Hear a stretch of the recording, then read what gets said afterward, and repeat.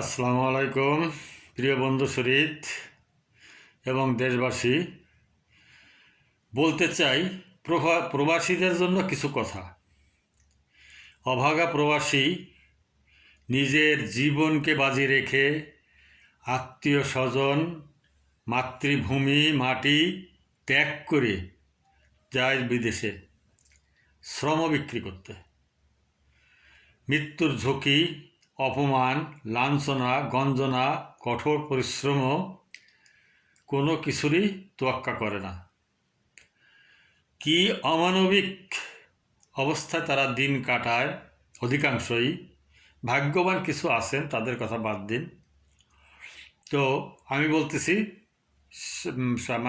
সর্বাধিক সংখ্যক প্রবাসীর কথা। তো যাই হোক, প্রবাস খুব আরামের জায়গা না। দেশটা যেমন মায়ের কোল, প্রবাসটা হলো সৎ মায়ের কোল।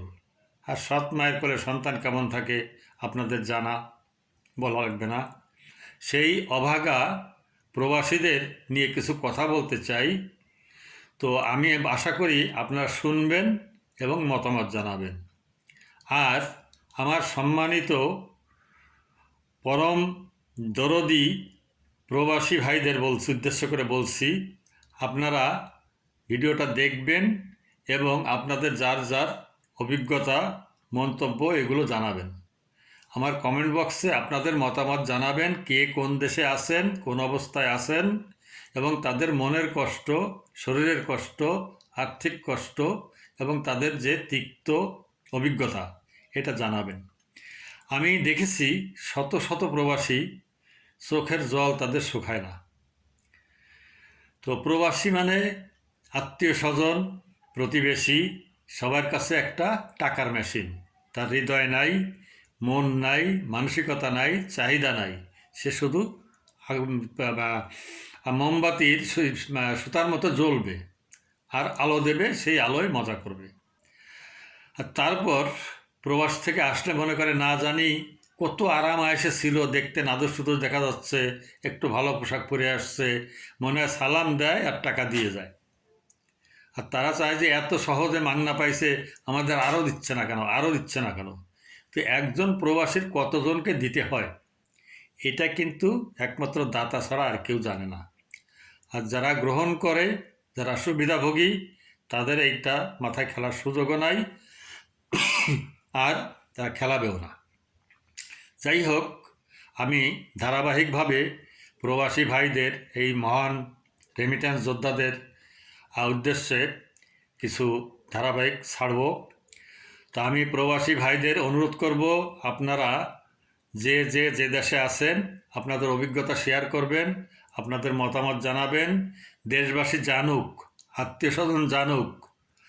আর আপনারাই হলেন রেমিটেন্সের মেরুদণ্ড, জাতির অর্থনীতির মেরুদণ্ড। আর সেটা আপনাদের যোগ্য মূল্যায়ন করা হয় না কোথাও, কোনো জায়গা থেকেই। বিদেশ যেতে গেলে সুদি করে, ধার করে, পায়ে ধরে পাসপোর্টের লাইন দিতে হবে, তারপরে আইডি কার্ডের লাইন দিতে হবে, এরপর ঘুষ দিতে হবে, সুদি করে টাকা নিতে হবে উচ্চ হারে, তারপর ইমিগ্রেশন আছে, ভিসার প্রসেসিং আছে, যেখানে যাবে শুধু দাও।